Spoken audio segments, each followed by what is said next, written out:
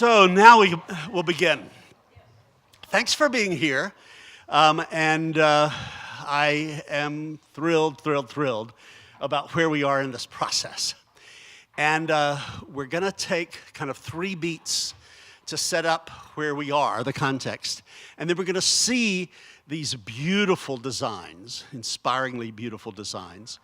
And the point I'm going to make is that I came as rector of All Saints Church in 1995 and immediately began hearing from people that we didn't have the space to pull off what we were trying to pull off. And so as I got knowledgeable about all of that, I saw that that was the case. People were having to be bumped and programs were having to be truncated. So at the 1996 or 1997 Vestry Staff Conference, I gathered some people together and said, let's study our space issues here.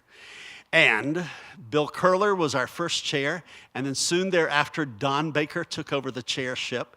And Don Baker has been at it for all these years. And then we made decisions to, the vestry made decisions to hire architects. We did a beautiful, beautiful study, and then hire a fundraising firm. And we were just going lickety-split, and then all of a sudden we got halted in our tracks 6 years ago. About that time, Liz Trussell and Bob Long took over the co-chairships of our building project. And they are going to speak now just as a way of continuing to set up Jim Crawford's presentation today. Jim is a partner at Richard Meyer Partners Associates, which is our architectural firm.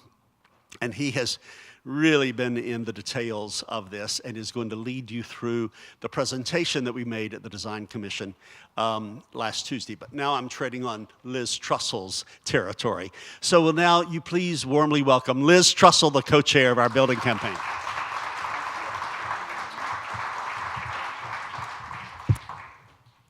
Thank you, Ed. Ed asked me to quickly review the city process that the church has gone through these past 7.5 years in order to get the city's approval to expand our campus. I said 7.5 years, Ed said 6 this morning, and Bob Long would go for 8. So you can see we're all not entirely sure. It's just been a long time. In the last quarter of 2007, the church submitted its building plans to the city in what is called a master plan application. The city recommended approval and no environmental impact report was required. And I'm going to refer to that as the EIR going forward. In early 2008, the master plan application was heard by both the Planning Commission and the Design Commission. And both commissions denied the application and provided us with a list of concerns and demands. In approximately May of 2008, the church submitted a revised master plan, and that addressed all the concerns raised by the 2 commissions. In the fall of 2008, the city approved that revised master plan with no EIR requirement. The Design Commission also approved the revised master plan with no EIR requirement. However, the Planning Commission did not approve the revised master plan, and they decided at the time that we needed to have an EIR, Environmental Impact Report. Well, the requirement for the EIR by the Planning Commission really caused a lot of discussion and soul-searching by the building campaign team because, of course, not the most insignificant was the cost that this EIR was going to cause. Eventually, however, the building campaign team did decide that it was necessary to have the EIR as required by the Planning Commission. So in the early summer of 2009, the building campaign team made the recommendation to the vestry, and in July 2009, the vestry voted to authorize preparation of the EIR. The city estimated the EIR would cost $75,000 and take 9 months. It actually cost approximately $165,000 and took 2.5 years. So now we're fast forwarding 2.5 years. In January 2012, the EIR was ready, and it contained a design that we felt was responsive and was the preferred form of master plan that we wanted.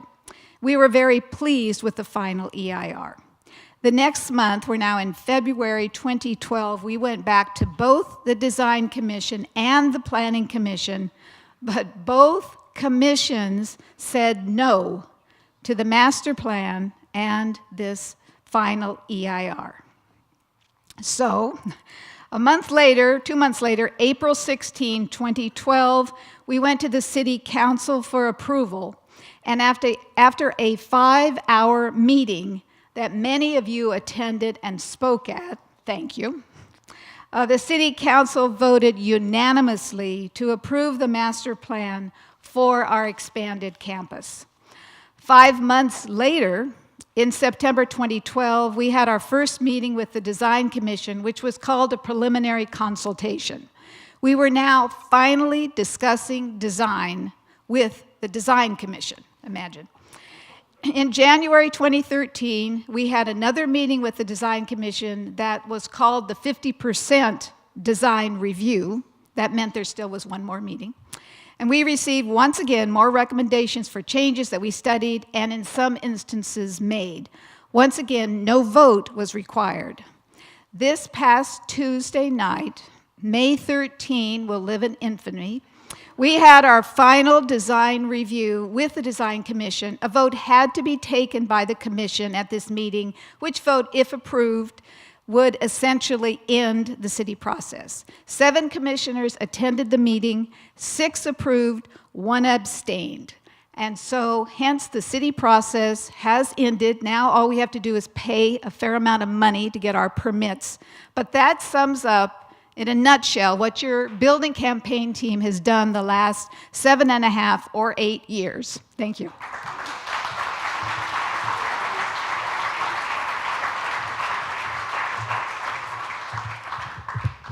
On one of my several presentations on this subject a few years ago, I counseled patience, persistence, and perseverance. I think that was speaking more to myself than probably my colleagues, but I think the one thing that has characterized the efforts of everyone who's been intimately involved in this, as well as each of you, is that our effort has been marked by patience, perseverance, and persistence. And that has brought us to the point where we are finally have the last public approval that we need for this project. And I hope this is the last recitation of the facts of that we ever have to make. Because now we have to bring ourselves back to that point where we all were 7 years ago, where we had this enthusiasm for this project, where we were ready to go, and there's nothing that sucks the air out of it like the process that we have gone through to finally get to this point.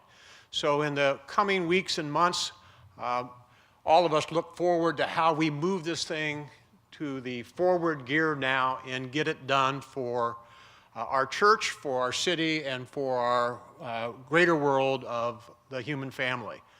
Now, the one thing that's, I think, has driven that patience, perseverance, and persistence has been another P word, which is passion.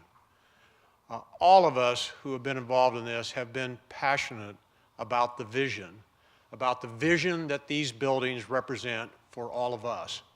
And that passion has been fueled in part, in major part, by the quality of the architect.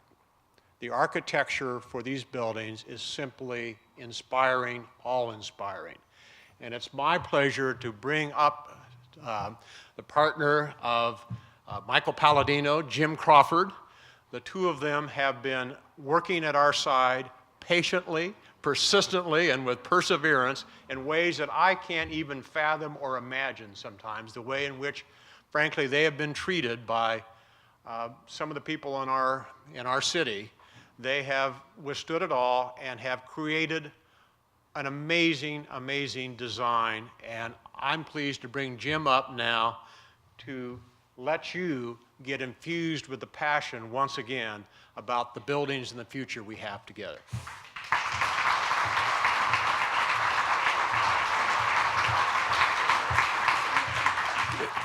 Can we turn some of the lights off, please?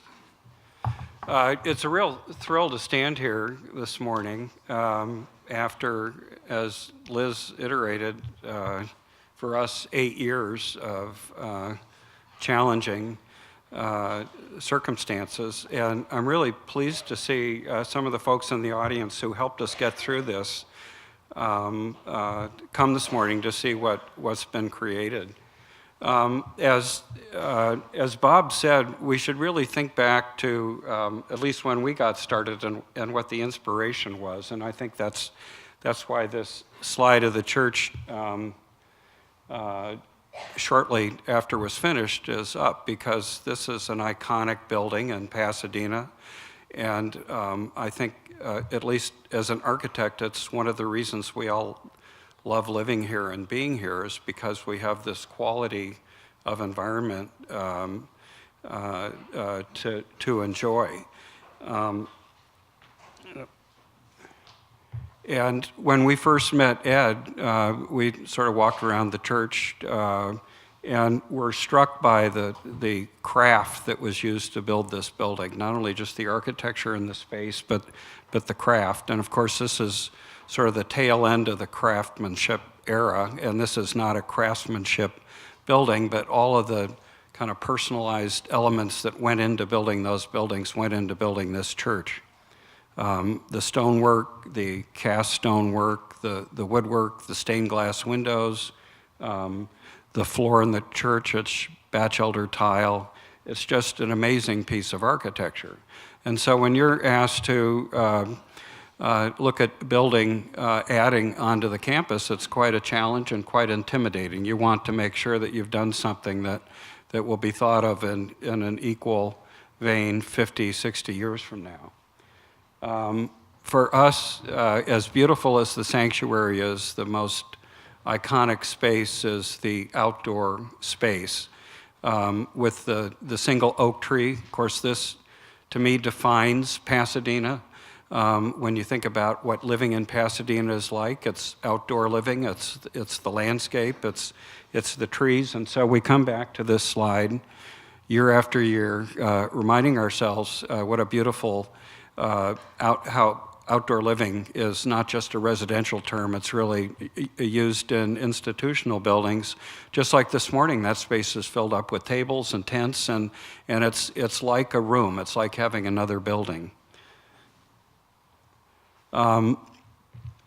This is probably 7 years ago. This was our inspiration. And I wanted to go back that far just to kind of show you how this process has evolved. But early on in the design process, we recognized that the site is almost a perfect, perfectly divided into two rectangular blocks. The sort of existing block that was built out in the 20s, and the undeveloped block, which we have worked on for these last 8 years. And if you remember, as Ed mentioned, the issue with All Saints for the last 20 years has been program space. They're bursting at the seams. If you walk around the building, you'll see closets being used as offices. And so we were asked to look at what type of space you would provide to address some of these issues. And we said, well, what you really need is you need spaces that are designed for assembly, that are uniquely designed for that activity. The office type space you could locate in the Regas house in the rectory, and that we would build a new building with a social hall. We would build another building to replace the forum and use for alternate worship. And then we would build a third building for children and youth, for education, for kind of after-school activities. And we would arrange those buildings in a fashion that created one more outdoor space that could share that the three buildings could share, so that if you have a particularly large activity, those buildings could open up and use that outdoor space. This has been the idea since the beginning, and fortunately for us, we're able to get through this Herculean process and keep this idea intact. This was one of the early plans. This is our most recent model, which is up here, and I encourage you to look at the model at the end of the hour. Here's some views of the model.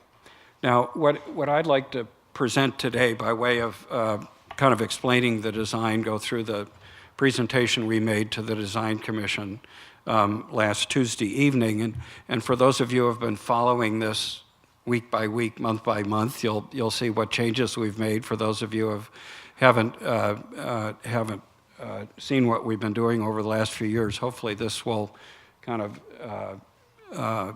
allow you to understand what the building is like. This plan on the screen was the plan that was presented to the Design Commission last year. When we met with them Wednesday, we were trying to address three particular issues. One was the comments we got from them in the previous meeting. Secondly, we had a graphics program that they were very keenly interested in, so we presented that. And then lastly, presenting the final landscape plan. So what I'll do this morning is sort of walk through that presentation. This is the final site plan for the project. Just to kind of orient you, Euclid Avenue is here, Walnut's here, the Rectory, Regas House, the Sanctuary. The new Forum is in the same spot that we looked at 5 years ago. It seats about 450 people inside, and it can be opened up with operable glazing so that we can put more seating outside if you have an overflow crowd. And one of the things we wanted to do was not lose the sort of character of this room, in the sense that this room seats that many people, but it has an intimate feel. And you can stage a lot of different activities in this room, and it works well. So we tried to kind of keep some of those qualities in the new space, but the new space is at ground level. It has a great visibility for an event, and because it's at ground level, you can utilize all of this exterior for pre-function. The second building is the education building. At the ground level, it has preschool and daycare functions, and it's designed. We had the help, by the way, of a very renowned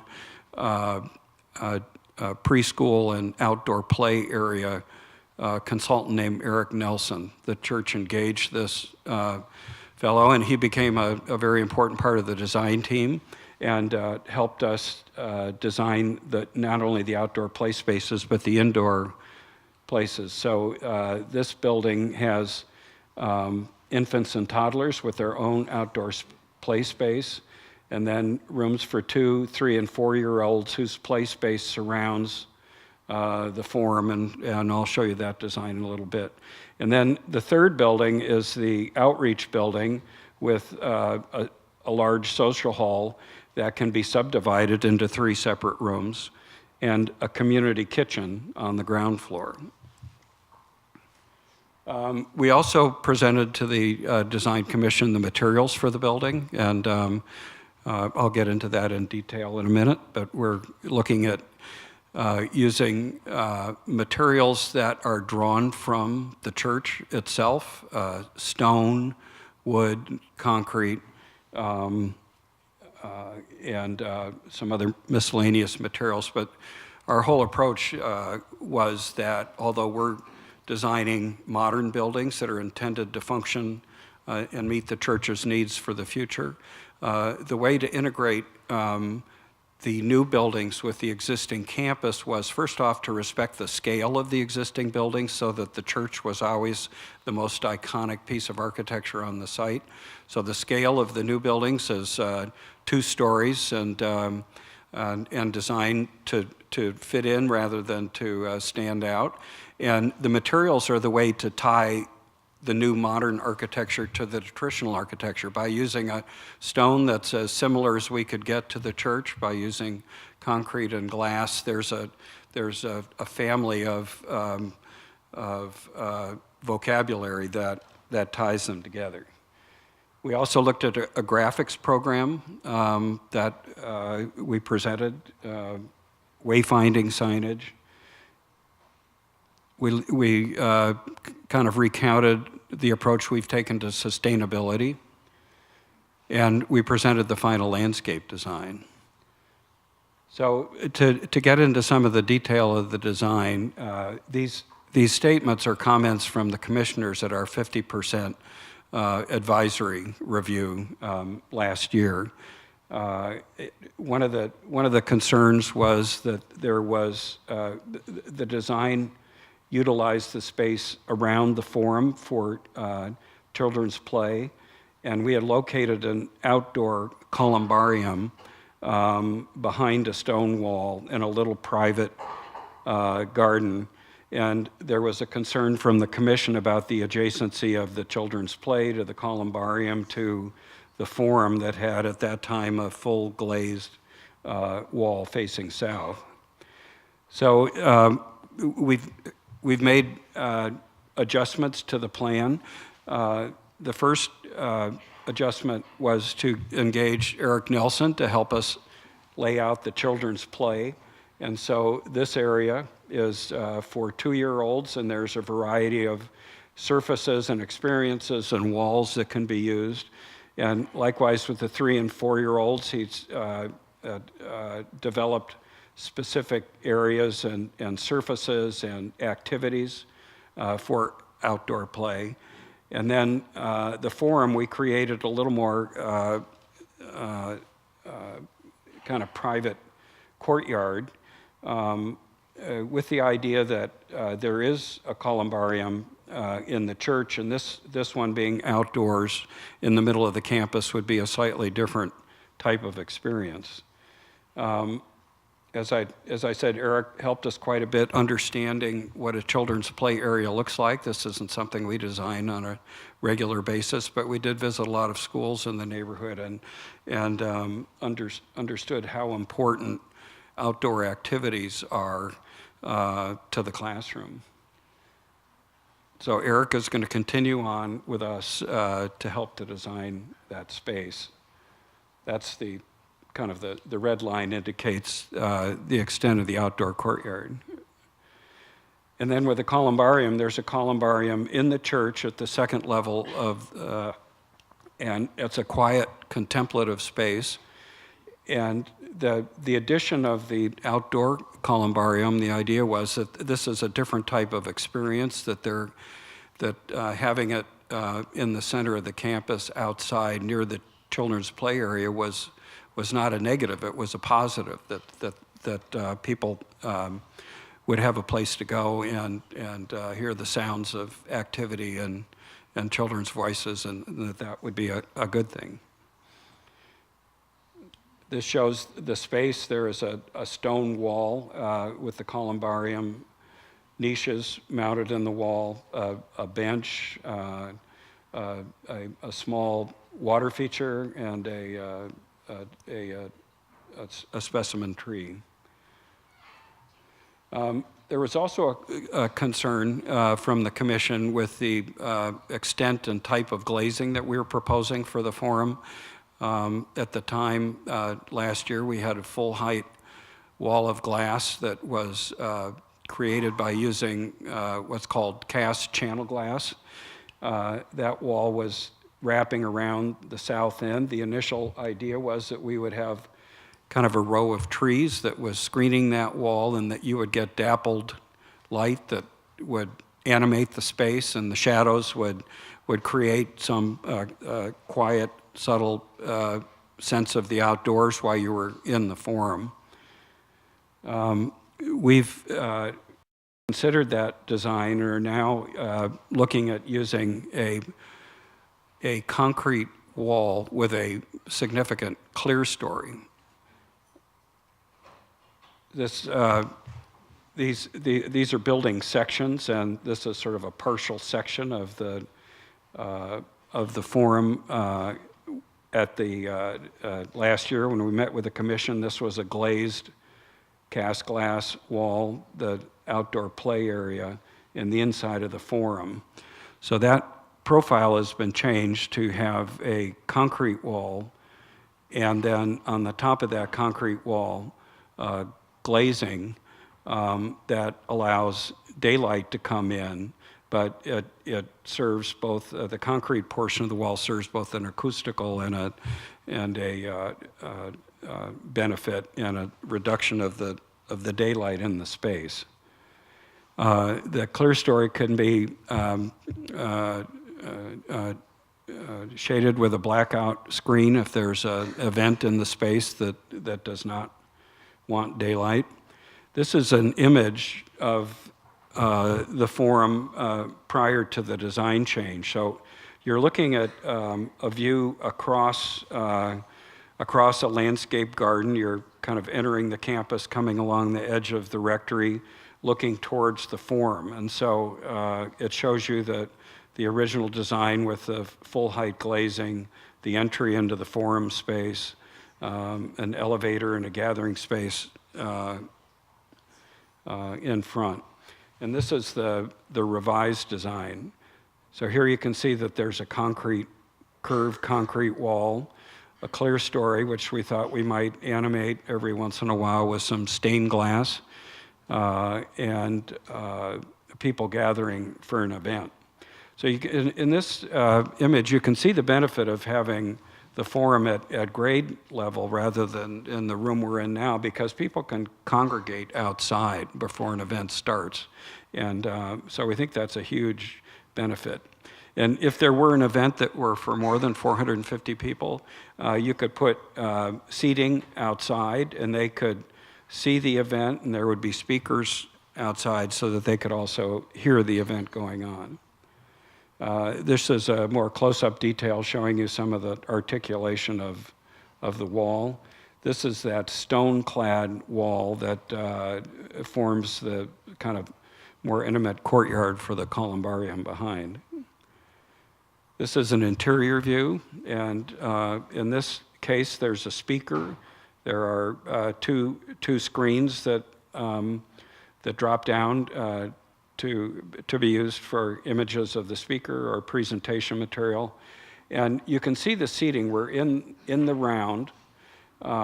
There is a skylight along the north edge of the forum and a clear story along the south edge. So there'll be good daylight. And we think that daylight is appropriate for most events with the projection equipment that exists today, but those can be closed off if it's necessary. We've also kind of adopted the idea of the well that this room has. We think that's very dynamic, and if there's a smaller event and people are sitting in the well, the room won't look empty. And we're considering developing these kind of writing surfaces along the edge, much like in this room. They could be removed if we wanted to have theater or children's events or music events. So the idea is to make the room very, very flexible. Another issue that came up was how we were addressing the elevator. It's the campanile of the site. And there was some concern from the design commission that it was maybe too stark. And one of the things we did was we moved the elevator tower over so that it's more associated with the massing of the forum. It seems like that because it's really feeding the whole campus, that it should be more a part of the public space than the education building. And so we like this composition more with this element moved over. It's closer to the center of the campus and not so associated with just the education building. The other thing that this image shows is that there was a stair providing access to the second level of the education building and the roof. And that stair has been moved over so it's on the edge of the courtyard so that it helps animate the courtyard. There's also an opportunity with graphics that I'll mention a little later, but this large planar surface is an ideal place for banners for events. So we plan to build in attachments into the wall so that banners can be brought along and just fastened into place. We also, with the Design Commission, looked at some of their comments on the West Building. In particular, we reminded everyone that what was important to us was the scale of this building. We don't want a scale that overwhelms the existing church. We want the church tower to be the tallest element on the campus. We want that to be the most dominant element on campus. And so what we've done is taken some of the materials from the church, and this wall here is stone. These walls are glass that are screened behind a sunshade, but utilizing the elements, the materials palette on the church, recalling it on the new architecture so that there was a relationship and a compatibility, and that this building was clearly subservient to the existing buildings.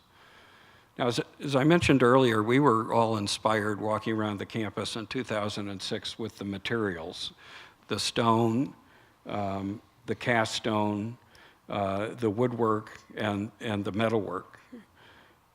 And so one of the major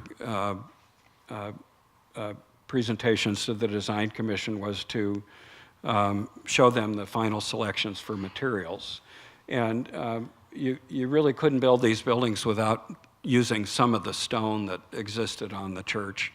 And so these diagrams represent a comparison of the material on the existing three buildings, and then where that material is being used on the new building. So we obviously stone is a precious commodity, and so we tried to use stone where it's most visible and most creating that connection between the old and the new. So this wall, this is sort of the major entrance to the forum, so that we felt that wall was an ideal location for stone.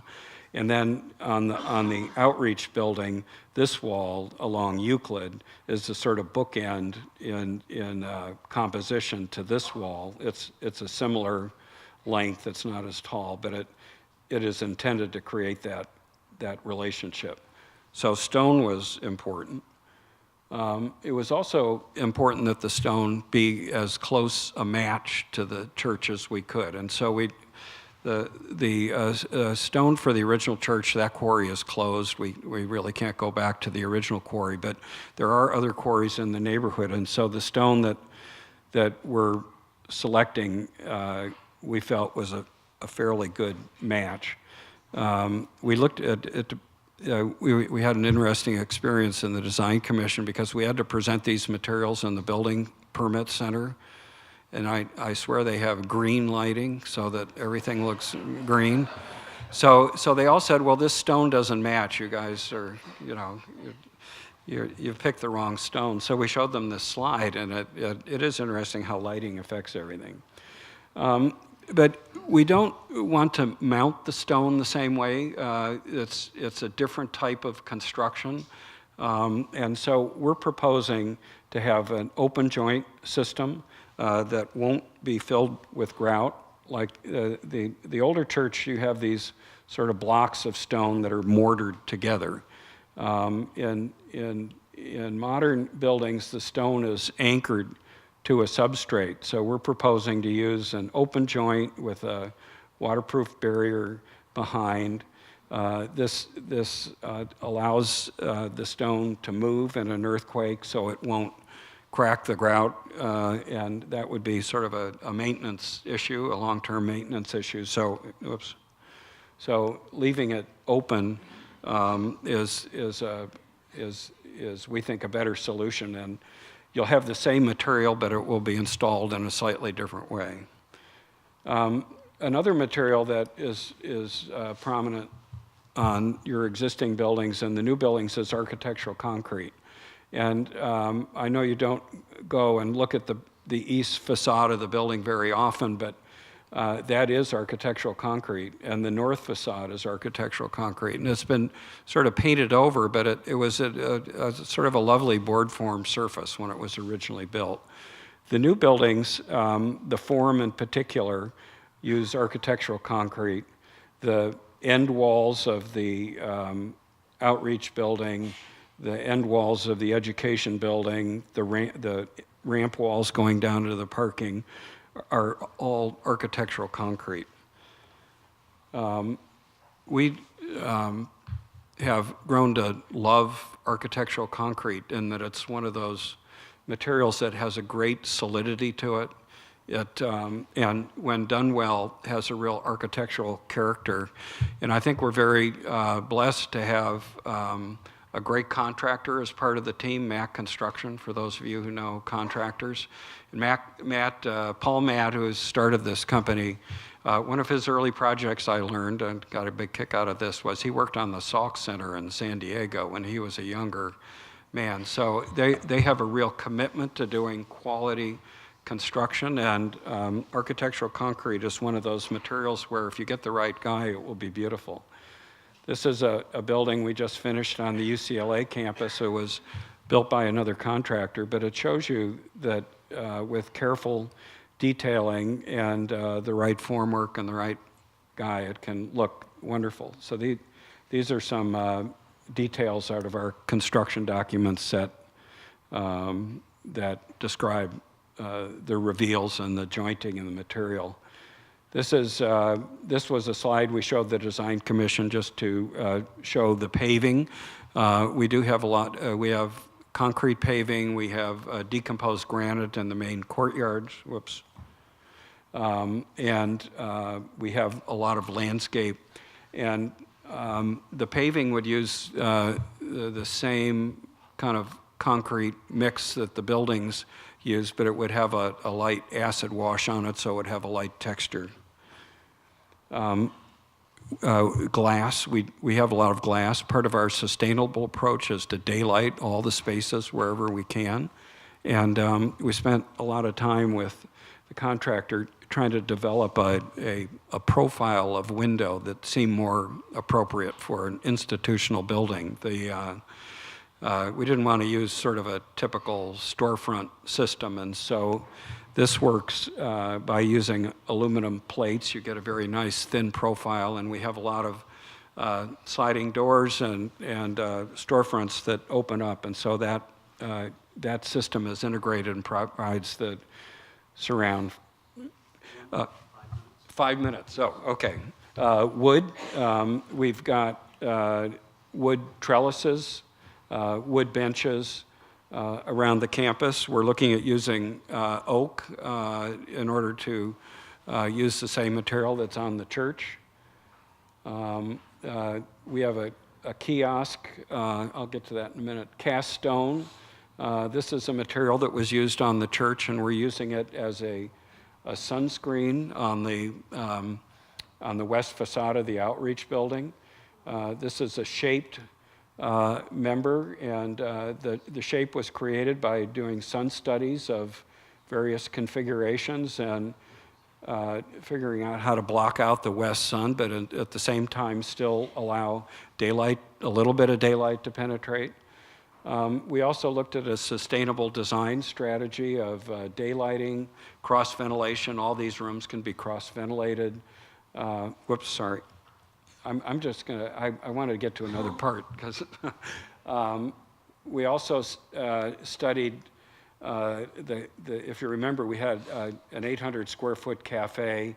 As the design developed, there was concern on the city of how big that wall was, and we've elected to use more of an outdoor kiosk for food service rather than an enclosed building.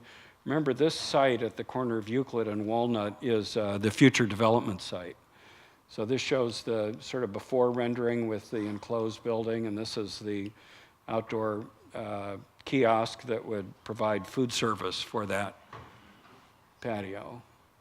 We also looked at the guardrail material, and we were very intrigued by the idea of developing something that was uniquely All Saints with the circle, and the pattern is a circle with a little cross in between. So we think that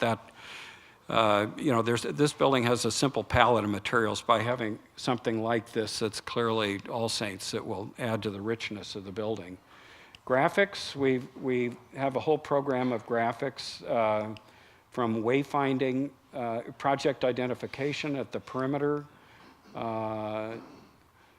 to kind of wayfinding in the center of the site. We were looking at developing a sort of a three-dimensional map to help people find where they are on the campus, event poster signs, a new kind of events and Sunday schedule sign, banners at the, oh, that's a parking sign, sorry. And then banners, there's a banner at Walnut now and one down at Euclid that would, record events coming. And then we were looking at placing sort of changeable banners on the buildings, and that's the north-facing wall of the outreach building. This is the south-facing wall of the education building, and then the elevator. And then, most importantly, this kind of inspirational quote that faces Euclid: whoever you are and wherever you are on your journey of faith, you are welcome here. So this is a kind of an important, kind of almost art piece facing Euclid.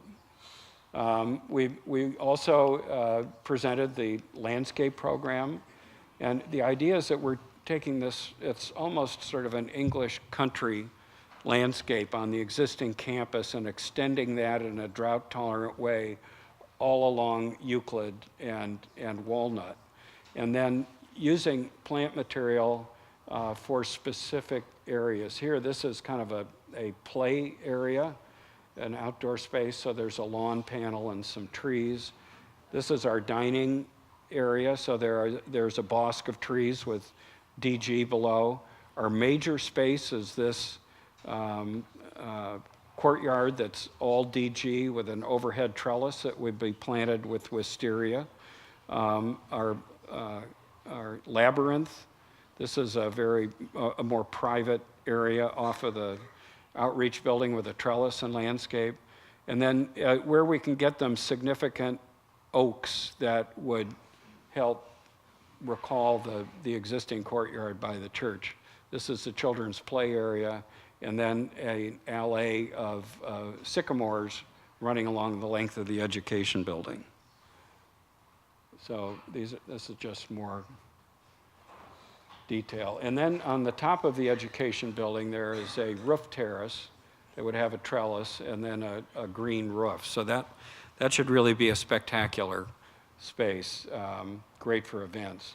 Now, I'll close because that's going to pull me off here in a minute. But you can't create this kind of architecture without a great client. In 8 years of just trying to get through the city process, you have to have a committed group. And Ed and his team have been spectacular, and I think you ought to all be proud of what they've accomplished. Thank you. Thank you very much, Jim. So this is not the last time we're going to be together talking about the building, and I'm aware that some of us have to go to church and that there are a lot of questions. There are two kind of things I want to say. Number one is, in terms of next steps, we have a meeting scheduled this coming week to talk over with the architects what are the therefores, because we've been focusing all our time getting to this point. And then we had this wonderful experience, and now we have to get together and debrief and understand what's next. So some of the questions that all of us have can't be answered at this point until we have those kinds of meetings, reflections, prayerful times. Nevertheless, Jim, who just made this presentation, and Liz and Bob and Susan Russell are going to hang here for a few moments so that you can come up and ask your kind of immediate questions right now, and they may go back to one of the slides to answer your question. They may take you over to the model. There are a lot of different questions you have. I hope that you appreciate all the intricacies of these building projects and how they all fit together and how many human person hours have been invested in all of this, and understand the multifaceted use of all of it.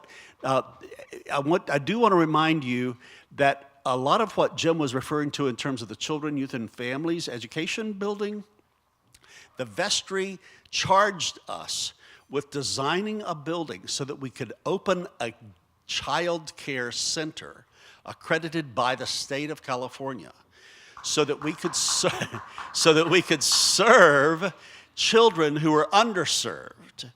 And so all of those designs have been in the service of that. And those rooms will be used both on Sunday morning for kids, for our Sunday school kids, but also in the afternoon and nighttime for adults coming into those meetings. So absolutely everything you see here is multi-use except one little circle room in the back of the rectory called the contemplative space, which will be just for 10 or 12 people or just one person to gather for quiet. Everything else is multi-use. It's just an amazing, amazing plan. So let's thank ourselves, thank these leaders, thank these designers and artists, and thank you very much for being here.